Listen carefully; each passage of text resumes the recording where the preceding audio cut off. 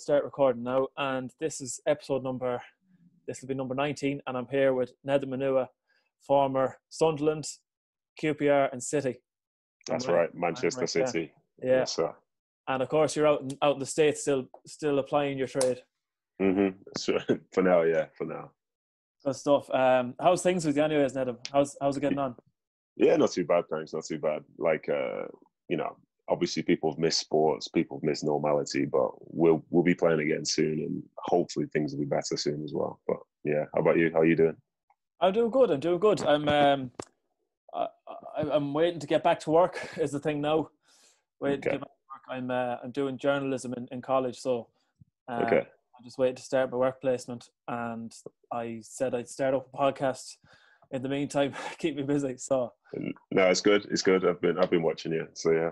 Oh, cheers. Yeah, I caught your one with Daniel Sturridge there last week. It was very good. Yeah, he's a good guy, Daniel. He's a good guy. He always makes for a good conversation. Yeah, it's cool. The whole podcasting game for yourself, I know you were doing bits in 2019 as well, but I suppose the lockdown and quarantine and that has given you time to progress. Yeah, pretty much. And so I'm 36, 37 episodes in. So I was doing it last year. Then when our season finished, which was like October, November time, did quite a bit then.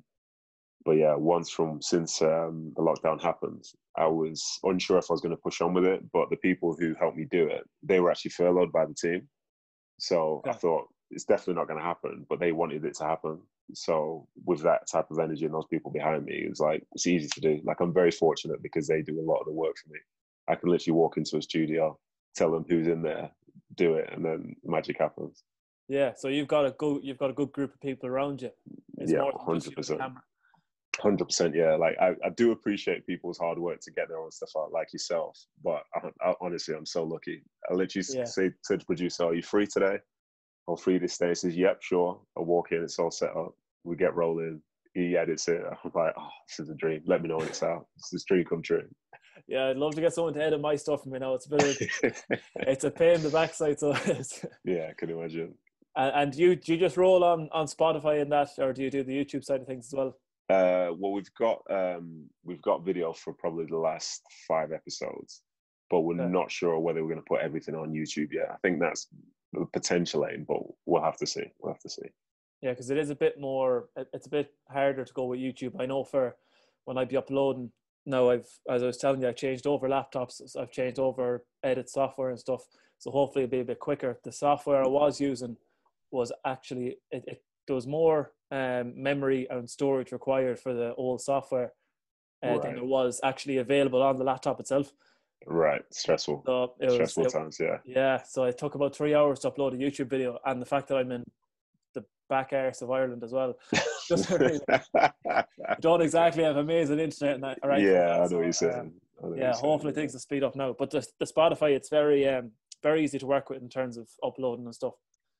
Yeah, and it's just handier as well. You can have the phone in the pocket and listen away like that.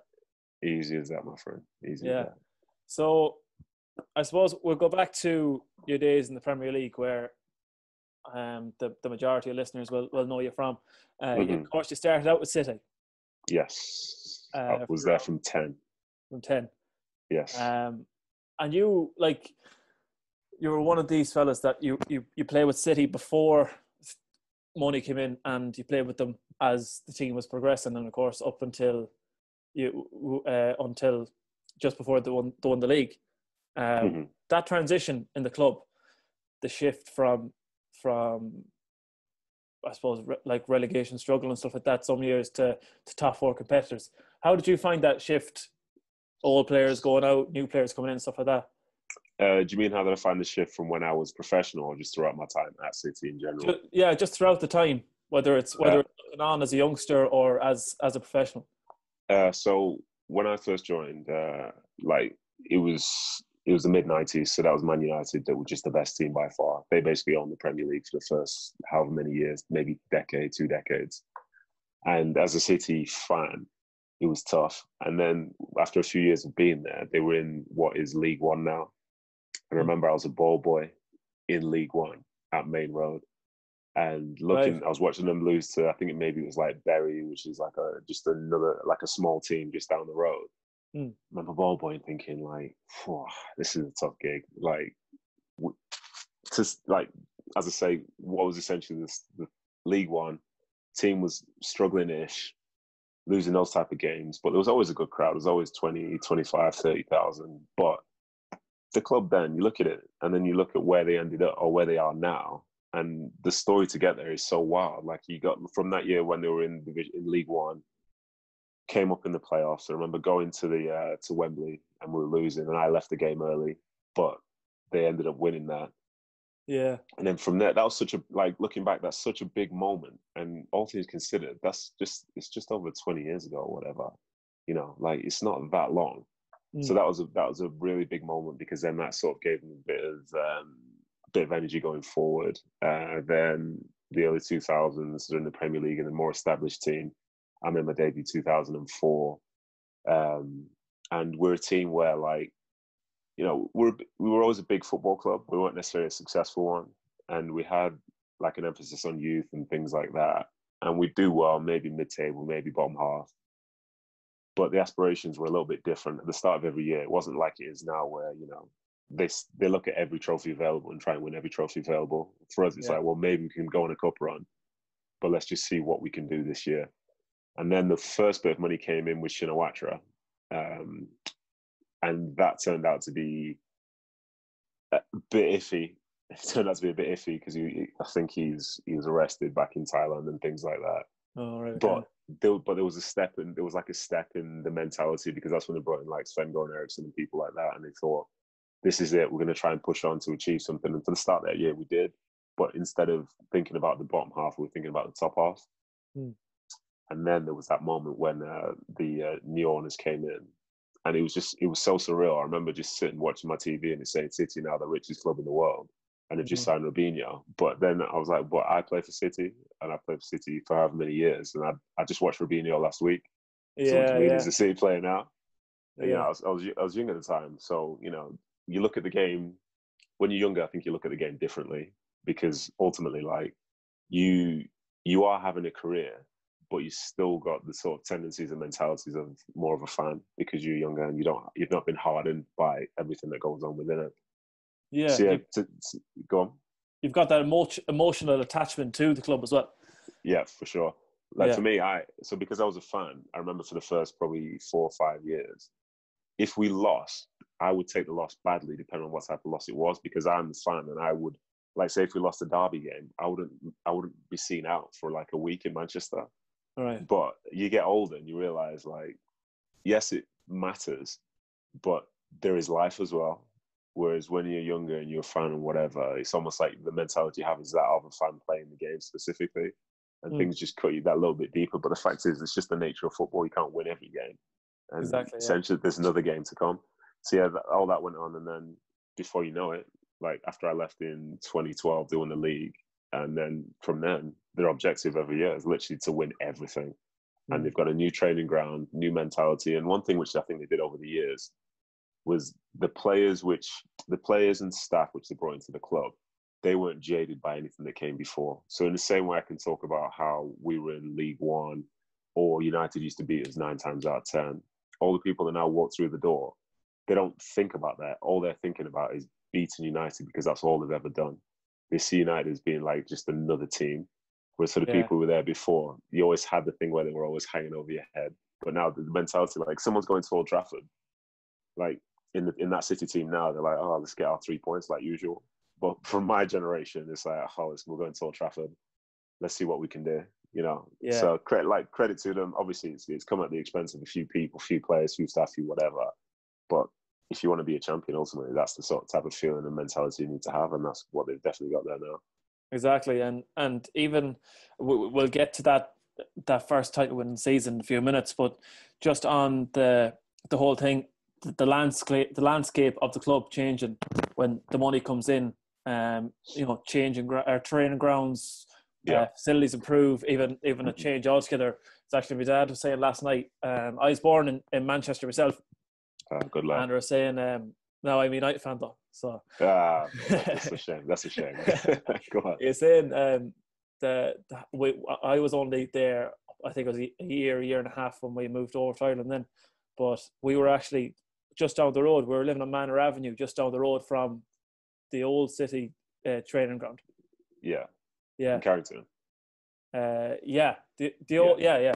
Because it was beside United's one, United's one. That's right, yeah. That's yeah. right. And they moved since, haven't they? I think. Yeah, that's right. But just in terms of that that shift in the club, the money comes in and that. Did you find, even though people will say that it was the money that changed City, but in terms of a group of players, did you find there was one player in particular, or maybe a group of players that came in and, you know, they were kind of, yeah. So if you look back at it, to change themselves.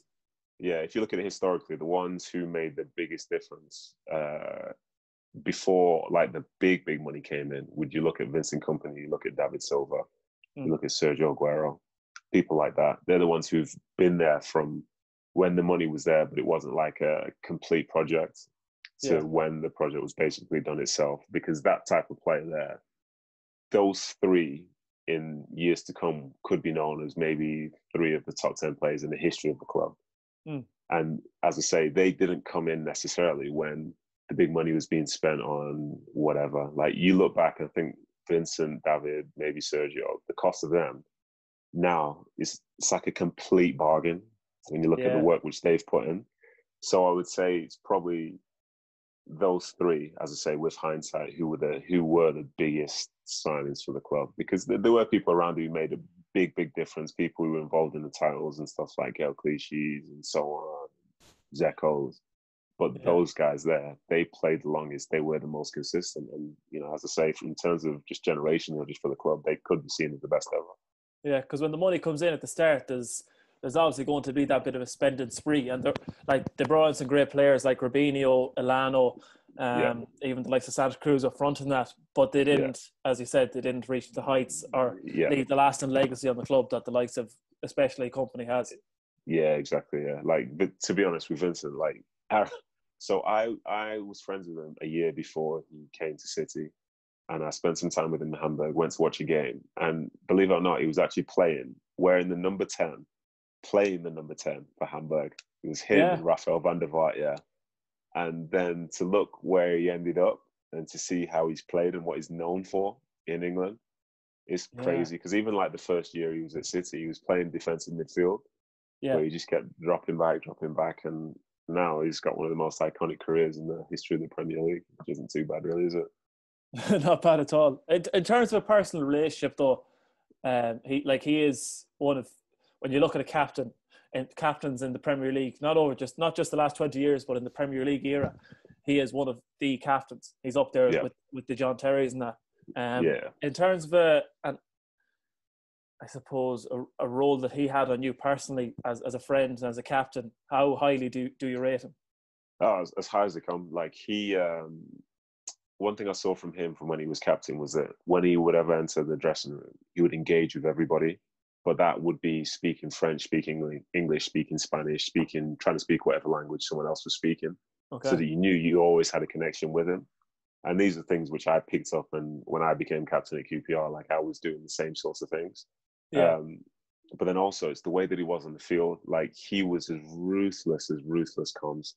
I'm saying, if you're playing against him, I guarantee you, he's going to be on you for the whole game. And I think as a defender, you can defend and you can defend well and stuff like this. But I guarantee you, he could be playing against his best friend. He could be playing against his, like, kids, and he will be chopping them down like I've never seen before. And with that, it kind of sets the tone, because the expectation is that he is going to perform to this level, guaranteed in training, in games. And then you look at yourself and say, well, if he's there, I can't not be there with him, because I'll be letting him down. And he's one of the best players. So, you know, what's your excuse to not be at least putting in the work that he's putting in? So I think he helped raise everybody's expectations about themselves, and the standard went up. And as a consequence, like, as I say, there was one story. We were playing in the USA in pre-season, and I think it was against Inter Milan, and I think he must have been kicking Samuel Eto'o in the first half of this game, like repeatedly though. And then at halftime, I think it was the Torre brothers came up to him and said, "Oh, could you just come on, calm down? This is Samuel, you know, this is our friend. This is this, that, and the other, blah, blah, blah." And, you know, Yaya and Kola are older than Vinny, so you think you'd listen. He's like, nah. And he said to him, "Listen, every time you complain," talking Samuel Eto'o, every time you complain, I think it was Eto'o or Pandev said, every time he complains, I'm going to kick him again.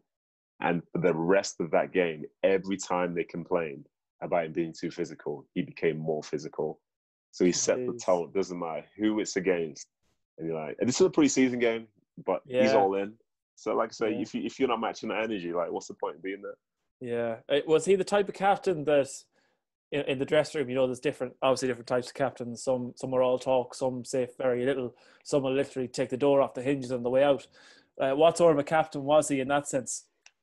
He could get very, very angry, but it wouldn't necessarily be something that would come out just for the sake of it. Like I think there are other captains who historically can get very, very angry, looking at like Roy Keane's and all that stuff. But he was the type who would try and bring players up with him, not necessarily just lambast them for not behaving in the way which he expects. Because at the end of the day, like he was a captain in an era where people's feelings would be hurt more easily than say from way back when. Whereas in the 90s, you just have to suck it up. Like a Roy Keane as a captain in the 90s can work. A Roy Keane as a captain now probably wouldn't work because there'd be people who'd be like, well, nah. And like, it's not necessarily ego, but it's just the fragility it's just a bit different. So like Vinny would be able to like shout at people when he needed to shout at them and argue when he needed to argue. But he knew that with certain people, they might need an arm around them or they might need a nudge or a reminder. And he was very good at that. And that's a lot of that goes back to how I said he would speak to everybody in the dressing room, so he knows people's personalities. And I think that's the skill that was one of his big skills as captain, and that's one of the biggest skills involved in being a captain in this day and age, I feel.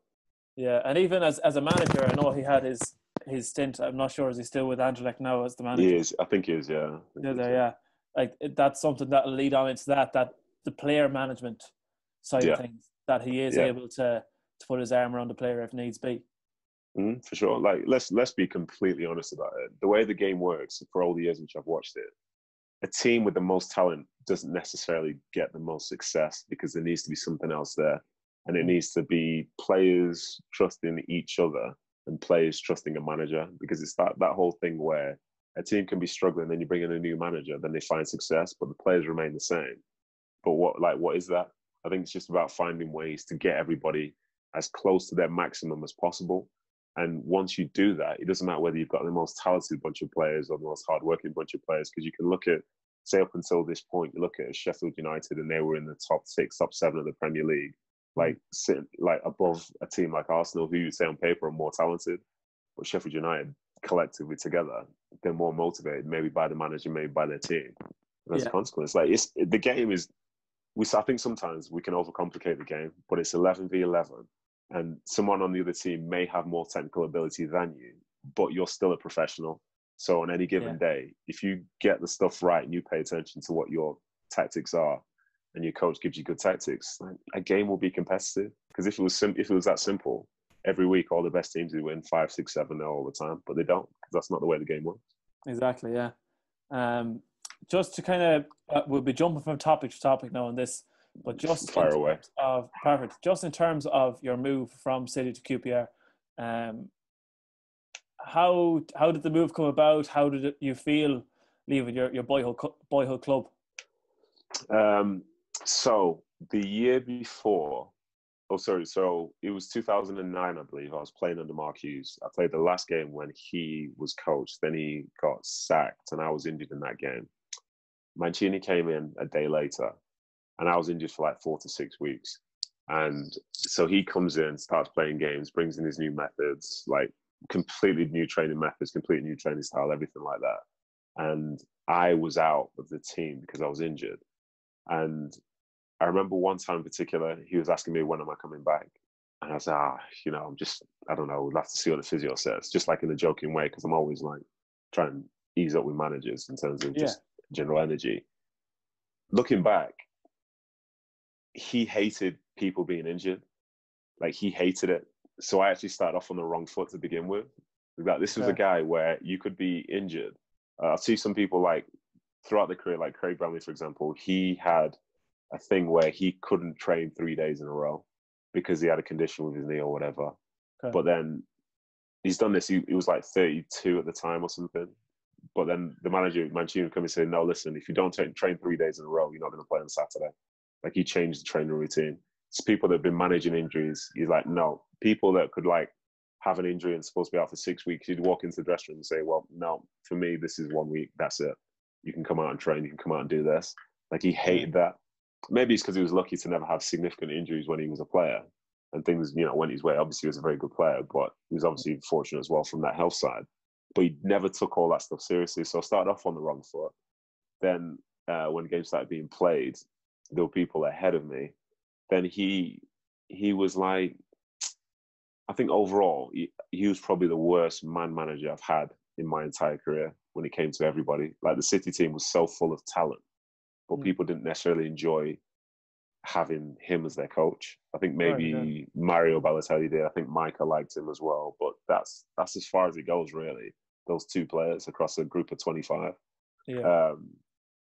So I was in and out the team for the remainder of that 2009-10 season, and then 2010-11 I went on loan to Sunderland because it looked like I wasn't going to be playing much at City that year. So I went to Sunderland, played the whole year, had a good year.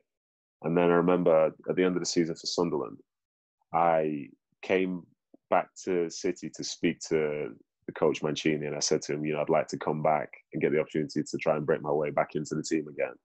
And he said, okay, cool, I'll let you know, he said, at the end of the season. So I actually just got married. I was on the first day of my honeymoon, and I got a call from one of the directors saying, you're going to have to find a new club. Like, there's no space for you anymore. So I was like, cool. I was like, okay. That was wild. Didn't expect that. So I was kind of looking into it a little bit. But then also that pre-season, this is 2011-12 now, that pre-season, it was the Saturday before it was supposed to start on the Monday. And then I got a text from the club secretary saying, don't come in until the following Saturday. So I thought, oh, maybe, pre-season's been extended, off-season's been extended. But no, it's to let the first team train from Monday through Friday to travel to America. And then myself, Craig Bellamy, Adebayor, Wayne Bridge, maybe Roque Santa Cruz. We were training with the under-16s. Yeah. That's basically, yeah. And like I struggled then. I took that personally because even if you don't want somebody there, the person isn't a detriment to your plans. So if you have a first team player, you train with the first team. That's the way I always saw it, until somebody became a detriment to the whole system, which I never was. So I struggled with that. Like I was fortunate because I remember speaking to Patrick Vieira about it, and I think he said when he was it Inter Milan? Well, he's somewhere with Mourinho anyway. Mourinho told him at the start of the season, you're not part of my plans for this year. So Patrick was upset, but he was allowed to train with the team, and he did so well in pre-season that he ended up playing the whole season. You know what I mean? Like that's how I view the game. That's how I think things should be done. Someone can tell you, like, you're not going to play or whatever, but you're still a first team player, and you will be rewarded if you prove them wrong. But then here we were, like 6 of us, we're on a different continent. The team's literally in a different place altogether. Yeah. So all that was going on, but I didn't leave in that first transfer window. And then out of the blue, like I didn't even train with the first team before that first transfer window closed. And then as soon as the window closed, I was in the squad for the first Champions League game City ever played against Napoli. I was like, come on, what's going on here? Yeah. It was weird. But yeah, for the next 3 months, I played in the League Cup. Just played in the League Cup. That was it. And then I played I came off the bench in the one game in the Premier League. And then they said, well, QPR put a bid into you. It was accepted it. So now you've got to go and speak to them. And that was that. Because for me in that moment, it was like I was healthy. And when it boiled down to it, as a professional, you can't waste any particular year in your career because you never know when your career is going to come to an end. So like I'd gone 6 months without playing football really, and QPR in the Premier League, and they said that they wanted me to play, and City accepted a bid, and they said that was that. So like, yeah, let's let's go and do this. It wasn't like being from Manchester. You always see London in a particular way, and it's never really appealing that much. So Yeah. it was a tough call to decide to go down there. But as I say, they were interested, and what did I have left at City? Nothing. So yeah, I had to do it.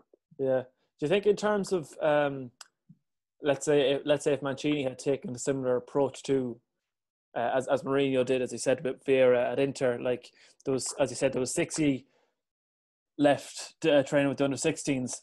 It could have been a different season, Yeah, possibly, if sure. he had said, "Free, right, you're not my plans, but you can still train." That gives the likes of yourself, Bellamy, Bridge, the motivation that I'm like, basically, fuck Mancini, I ain't gonna go and I'm gonna do well this season. And like it was proven with Vieira at Inter. So do you think things could have been different in your City career if that approach was taken? I think so. I'm not necessarily saying I would have still been there now, but the fact of the matter is, for every coach who didn't start me at the start of any season, by the end of every one of those seasons, I was playing.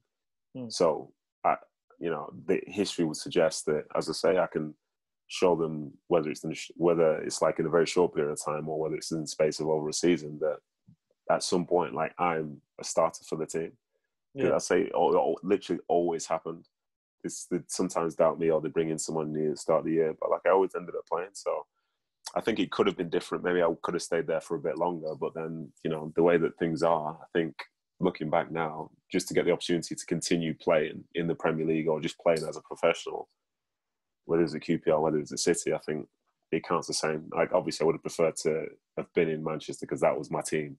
Of course, but to have played, like, I ended up playing nearly 230 games for QPR, so that's never going to be taken away from me. So I'm just happy overall.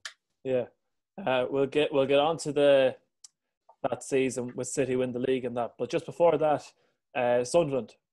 Yes. Your season at Sunderland. How did you find Sunderland? I'm only after finishing watching Sunderland till I die. I feel like I know every square inch of the training ground and everything now. It does seem like a good club. Yeah, it certainly was. Yeah, and like being a United fan, there was always that bit of a relationship between Sunderland and the United. I felt where the younger players would go on loan to Sunderland. Yeah. How was your time, if you were to rate your time at Sunderland for the year? Do you know, the only blip really was when we got destroyed by Newcastle in the first derby of the season. We lost like 5-1, which was which still gets spoken about to this day, 10 years on. Yeah, Kevin Nolan scored the hat-trick, was it? Stop. But yeah, that year I loved it, to be honest. I think we came in and the aim was to finish in the top 10, and we finished in the top 10 at the end of the season. And like, I don't watch Sunderland until I die because I have such fond memories of the place, and I don't want to look at it in a different light. Because literally, when I went there, the energy was completely different. I looked around at the team. I had like, in terms of people who were like prospects or whatever, you had a Jordan Henderson in there, you had a Danny Welbeck in there, you had Darren Bent playing up front, Steve Malbronx, Budivine Zendens. Like, we were nice. We were a decent team. That's just a name but a few. And like, playing in front of that crowd when we were doing well, it was like 45, 50,000 or whatever. Like, it was rocking. And the thing with Sunderland compared to other cities and stuff around the country is that in Sunderland/Newcastle, like, the football is the main thing there. You can talk about how you can go to beaches or there's a shopping centre or this, that and the other, but the real heart of the place runs through the football club.